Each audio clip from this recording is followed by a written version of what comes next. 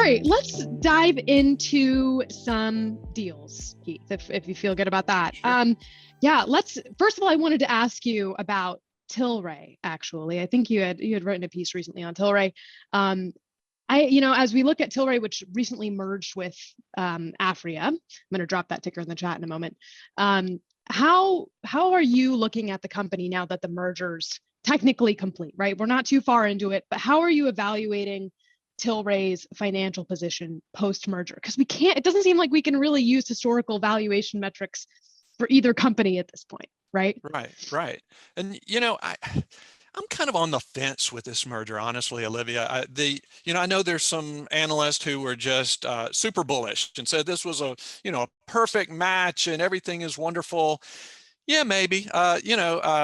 Look, I mean, you basically had an unprofitable company, Tilray, merge with Aphria, and Aphria has generated positive EBITDA for several quarters. I think maybe 8 quarters in a row or so. But their actual bottom line isn't all that impressive, and the company actually faced some challenges in its latest quarter. Look, bigger isn't always better.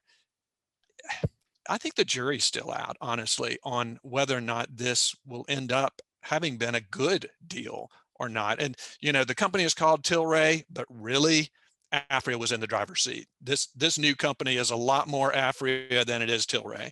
And I think the biggest issue right now for the new Tilray is that the Canadian market still is kind of in the doldrums. They're still facing some headwinds there, and they can't enter the U.S. cannabis market in a major way just yet. I mean, but both Aphria had bought Sweetwater Brewing, which is a craft beer maker that focuses on cannabis lifestyle.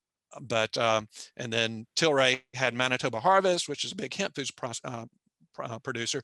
But neither of the companies had a really strong platform, in my view, for jumping into the cannabis market in the U.S. if the door is open for them to do so. So I think right now I'm just going to take a wait and see on that deal. Totally.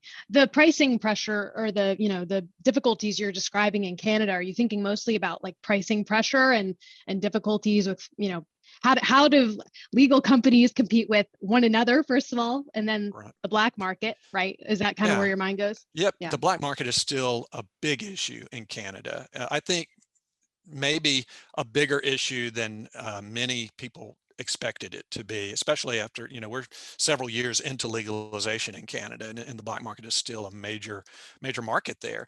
Yeah, so pricing pressures really don't appear to be subsiding much in Canada right now, and so that's still a big issue for Tilray.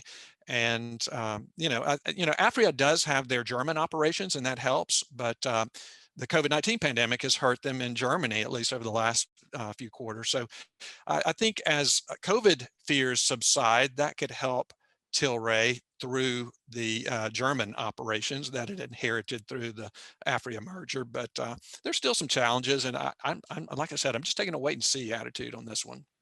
Yeah, totally. It's the south of the border, right? Success that I think is what we're all like waiting to see and what we're all waiting for, Right. and to see how people see how these companies capitalize off of that.